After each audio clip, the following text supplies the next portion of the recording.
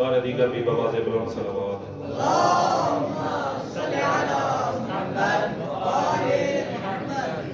ماحول سیٹ کرنے کے لیے اگر یاد ہو تو ایک ربائی پیش کر دوں۔ پنجابی کی ربائی انتہائی سادہ زبان میں شاعر کہتا ہے علی دے دشمن دا حلیہ پوچھدا ہے کدا ہی جنگلی بگاڑ ڈٹھائی،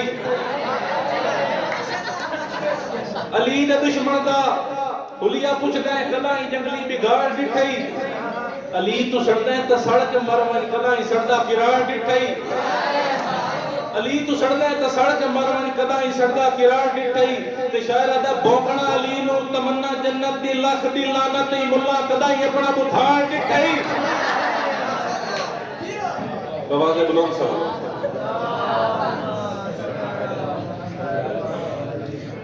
ماشاء اللہ لا حول ولا قوة الا باللہ العلی العظیم۔ اعوذ باللہ من الشیطان الرجیم۔ بسم اللہ الرحمن الرحیم۔ الحمد للہ الذی جعلنا من المتمسکین بولایت امیر المؤمنین علیہ الصلاۃ والسلام، ثم الصلاۃ والسلام علی اشرف الانبیاء والمرسلین وعلی آلہ الطیبین الطاہرین، اما بعد فقد قال اللہ الحکیم فی کتابہ المحکم بسم اللہ الرحمن الرحیم ومن الناس من یشری نفسہ ابتغاء مرضات اللہ صلوات۔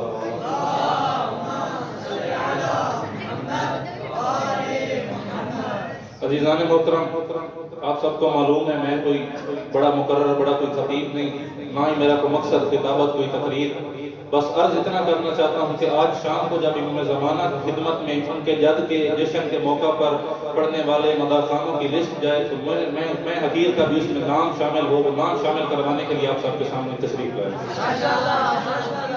انشاءاللہ جتنا میرے ساتھ چلیں گے میں بھی کوشش کروں گا آپ کا ساتھ دوں گا، باقی باتوں کی محفل ہے وہی جانے ان کا ذکر جانے۔ تو عزیزان محفل، آپ کی اس محفل کو چار چاند لگانے کے لیے میں اس کا ذکر شروع کرتا ہوں کہ جس کے ذکر کے بارے میں نبیوں کا سلطان نبی فرماتا ہے کہ جب تم اپنی محفل کو چار چاند لگانا چاہو تو گھبرانے کی ضرورت نہیں، فرماتے ہیں زینوا مجالسکم بذکر علی ابن ابی طالب، جب تم اپنی محفلوں کو چار چاند لگانا چاہو تو علی ابن ابی طالب کا ذکر کیجیے۔ عزیزان محترم، دامن وقت میں کوئی خاص گنجائش نہیں، اور گنجائش ہو بھی کیسے، اس کے فضائل ہیں جس کے بارے میں نبیوں کا سلطان نبی فرماتا ہے لو ان الریاض اقلام والبحر مداد والجن کتاب والانس کتاب، اے میرے بھائی علی، اگر اس پوری کائنات کے باغات قلم بن جائیں، یہ پورے کے پورے سمندروں کا پانی سیاہی بن جائے، یہ پورے کے پورے جن و انس لکھنے والے بن جائیں، یہ جن و انس، یہ سیاہیاں، یہ قلم، یہ کاغذ ختم ہو سکتے ہیں، تیرے فضائل ختم نہیں ہو سکتے۔ عزیزان محترم، ہم ہیں انسان جب آتا ہے اس کائنات میں انسان ہوتا ہے پیدا، چاہے کسی امیر کا بیٹا ہو، چاہے کسی غریب کا بیٹا ہو، چاہے کسی حاکم کا بیٹا ہو، چاہے کسی محکوم کا بیٹا ہو، چاہے کسی چیف جسٹس کا بیٹا ہو، چاہے کسی غریب کا بیٹا ہو، کوئی جتنا مرضی امیر ہو اگر اس کا بیٹا ہوگا، یہ کوئی جتنا مرضی غریب ہو اگر اس کا بھی بیٹا ہوگا، پیدا ہوگا اپنے باپ کے گھر میں، اللہ کی پوری بڑی کائنات میں اللہ نے واحد ابو طالب کو شرف عطا کیا کہ بیٹا تھا ابو طالب کا، پیدا اللہ کے گھر میں ہوا،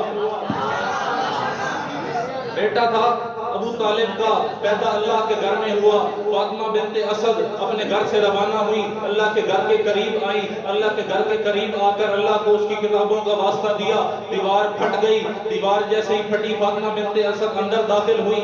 اب یہاں پر آپ یہ جملہ سن رہے ہیں کافی دیر سے کہ دیوار پھٹ گئی، فاطمہ بنت اسد دیوار میں داخل ہوئی۔ میں طالب علم ہونے کے ناطے یہاں پر ایک نکتہ عرض کرنا چاہتا ہوں کہ جب خانہ کعبہ کا دروازہ موجود تھا تو بی بی کو دیوار سے جانے کی کیا ضرورت تھی؟ جب خانہ کعبہ کا دروازہ موجود تھا تو بی بی کو دیوار سے جانے کی کیا ضرورت پیش آئی تھی؟ اللہ کو معلوم تھا کہ 14ویں صدی میں علی کا ایک منکر آئے گا جو منبر پہ جا کر علی کے بارے میں بکواس کرے گا، اللہ نے اس کا منہ بند کروانے کے لیے دیوار کو پھاڑ کر فاطمہ بنت اسد کو اندر بھیجا۔ کیوں؟ کیونکہ جس دن علی علیہ السلام کی ولادت ہوئی ان دنوں خانہ کعبہ کے دروازے کے تالے کی چابی ابو طالب کے پاس ہوتی تھی، اگر فاطمہ بنت اسد جاتی دروازے سے اندر تو ملا کہتا کہ اس میں کون سی علی کی فضیلت ہو گئی، فاطمہ بنت اسد نے گھر سے چابی اٹھائی ہوگی اور جا کے اندر داخل ہو گئی خانہ کعبہ کے۔ اللہ نے حیدر کے روب سے کعبے کی دیوار کو اس لیے پھاڑ دیا تاکہ 14ویں صدی کا ملا علی کی شان کا منکر نہ ہو سکے۔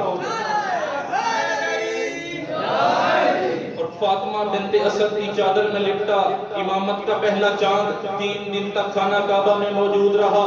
جس بی بی مریم کو اللہ تعالیٰ نے اپنے گھر سے دور بھیجا تھا کہ اے مریم اخرجی ھذا بیت العبادت لا ھذا بیت العبادت لا بیت الولادت، اے مریم چلی جا، یہاں سے چلی جا، یہ عبادت خانہ ہے، کوئی ولادت گاہ نہیں ہے. اسی اللہ کے حکم سے فاطمہ بنت اسد جب اس کعبے کے اندر آئی، اللہ نے فاطمہ بنت اسد کے استقبال میں کعبے کی دیوار کھولی. فاطمہ بنت اسد کعبے کی دیوار سے اندر داخل ہوئی. 3 دن تک اللہ فاطمہ بنت اسد کا کھانا بھی جنت سے بھیجتا رہا. 3 دن تک اللہ فاطمہ بنت اسد کا کھانا بھی جنت سے بھیجتا رہا. اور جب فاطمہ بنت اسد باہر آئیں تو پھر بھی اسی دیوار سے باہر آئیں تاکہ کوئی ملا منکر علی آج کے دور میں علی کی ولایت کا کوئی منکر علی کی ولایت پہ اعتراض نہ کر سکے. جیسے ہی فاطمہ بنت اسد باہر آئیں، نبیوں کے سلطان نبی نے آگے بڑھ کر بھائی کا استقبال کیا، بھائی کو ہاتھوں پہ اٹھایا. تبھی بھی فاطمہ بنت اسد بولی یا رسول اللہ ان سے ذرا پوچھئے نا کہ اتنے 3 دن تک یہ کعبہ میں موجود رہے، اس مولود نے آنکھ کیوں نہ کھولی؟ جب رسول اللہ نے سوال کیا کہ اے علی آپ 3 دن تک کعبہ میں موجود تھے، آپ نے آنکھ کیوں نہ کھولی؟ تب میرے مولا نے یقیناً مسکرا کر فرمایا ہوگا یا رسول اللہ آنکھیں کھولتا تو کیسے کھولتا تھا، اندر تھا بت ہوتا ہے خدا کا دشمن. میں علی نہیں چاہتا تھا کہ میری پہلی نظر خدا کے دشمنوں پر پڑے. میں علی نہیں چاہتا تھا کہ میری پہلی نظر خدا کے دشمنوں پر پڑے. جب میرے مولا نے یہ بات کی، نبیوں کے سلطان نبی نے فرمایا خصصتنی بالنظر، تم نے مجھے اپنی نظر کے لیے خاص کیا، وخصصتک بالعلم، میں تجھے اپنے علم کے لیے خاص کرتا ہوں. تب فاطمہ بنت اسد نے خطبہ ارشاد فرمایا، فرماتی ہے معاشر الناس ان اللہ عز و جل اختارنی من خلقہ وفضلنی علی المختارات ممن مضى قبلی من نساء العالمین لانی ولدت فی بیتہ وبقیت فیہ 3 ایام آکل من اسمار الجنہ وارزاقها. بی بی فاطمہ بنت اسد نے فرمایا اے لوگوں میری بات سنو، اللہ نے مجھ سے پہلے بھی کئی عورتوں کو فضیلتیں عطا کی ہوں گی، اللہ میرے بعد بھی کئی عورتوں کو فضیلتیں عطا کرے گا، لیکن میں وہ ہوں جس نے اللہ کے گھر میں جا کر ایک بیٹے کی ولادت انجام پائی اور 3 دن تک میرا کھانا بھی جنت سے آتا ہے.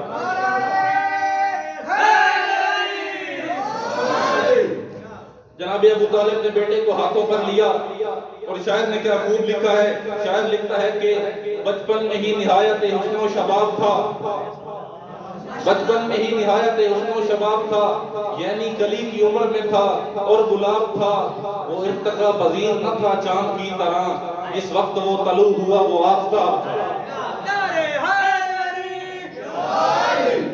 جناب ابو طالب نے بیٹے کو ہاتھوں پر اٹھایا، ہاتھوں پر اٹھا کر خانہ کعبہ کے قریب آئے، اللہ کی بارگاہ میں بیٹے کو بلند کیا، دعا کے جملے ارشاد فرمائے. فرماتے ہیں یا رب ھذا الوسق الدجی والقمر المبتلج المضی ماذا ترى في اسم ذا الصبی بین لنا من امرک الخفی. اے اس خانہ کعبہ کے مالک اللہ، جملوں پر توجہ فرمائیے گا، اے اس خانہ کعبہ کے مالک اللہ، اے دن کو سورج کی روشنی سے روشن منور کرنے والے اللہ، اے رات کی سیاہیوں کو چاند کے ٹکیے لگا کر رات کی سیاہیوں کو دور کرنے والے اللہ، جب تو نے اس مولود کو اپنے امر سے، اپنے خفی امر سے اپنے گھر میں پیدا کیا تو اب مہربانی فرما مجھے اس مولود کا نام بھی بتا. روایت کہتی ہے کہ آسمان سے ایک تختی اتری جس پر لکھا تھا خصصتنا بالولد الذکی الطاہر المنتخب الرضی اسمہ من شامخ علی علی اشتق من العلی. فرمایا ہنیئا لک یا ابن ابو طالب، ہنیئا لک یا ابو طالب، اے ابو طالب میں تجھے اس بیٹے کی ولادت پر مبارکباد دیتا ہوں. اللہ کا کلام آیا، تختی پر لکھا تھا ہنیئا لک یا ابو طالب، اے ابو طالب میں تجھے اس بیٹے کی ولادت پر مبارکباد دیتا ہوں. مبارکباد دے کر فرمایا کہ اے ابو طالب اسمہ من شامخ علی علی اشتق من العلی. یوں کیوں نہ کہوں کہ اللہ تعالیٰ نے یہ فرمایا کہ میں علی الاعلیٰ ہوں وہذا علی، میں نے اس بیٹے تیرے کا نام علی رکھ دیا. میں علی الاعلیٰ ہوں، میں نے تیرے اس بیٹے کا نام علی رکھ دیا ہے. اور گفتگو کو زیادہ طویل نہ کروں، علی مولا کی بس تھوڑی چند فضیلت کے اور جملے. علی جب اس دنیا میں آئے تو تب اللہ تعالیٰ نے علی کا نام اپنے نام پر رکھا. اس دنیا میں جب اس دنیا میں اللہ تعالیٰ نے بھیجنے کا ارادہ کیا, علی کو اپنے گھر میں اتارا, علی کا نام اپنے نام پہ رکھا. جب رسول اللہ صلی اللہ علیہ وآلہ وسلم نے مدینہ میں مواخات قائم کی, فرمایا یا علی انت اخی فی ہذہ الدنیا والآخرہ, اے علی تو اس دنیا میں بھی میرا بھائی ہے, تو آخرت میں بھی میرا بھائی ہے. اسلام کی پہلی جنگ ہوئی بدر, علی نے 70 کفار کو واصل جہنم کیا. اسلام کی دوسری جنگ ہوئی جنگ احد, علی نے اللہ کی زبان سے جبرائیل کا لایا ہوا لا فتح الا علی لا سیف الا ذوالفقار کا تمغہ حاصل کیا. جب علی بدر کے میدان میں تلوار لے کر چلا کفر کے مقابلے میں, اللہ کے نبی نے فرمایا برز الایمان کلہ الی الکفر کلہ, آج کل کا کل ایمان کل کے کل کفر کے مقابلے میں جا رہا ہے. آج کل کا کل ایمان کل کے کل کفر کے مقابلے میں جا رہا ہے. کتنی فضیلت کا مالک ہوگا وہ علی. جب اس علی نے حالت رکوع میں زکات دی, خدا نے آیت بھیجی انما ولیکم اللہ ورسولہ والذین آمنوا الذین یقیمون الصلاۃ ویؤتون الزکاۃ وہم راکعون, بے شک تمہارا ولی اللہ ہے, اللہ کا رسول ہے, اور وہ ہے جو حالت رکوع میں زکات دیتا ہے.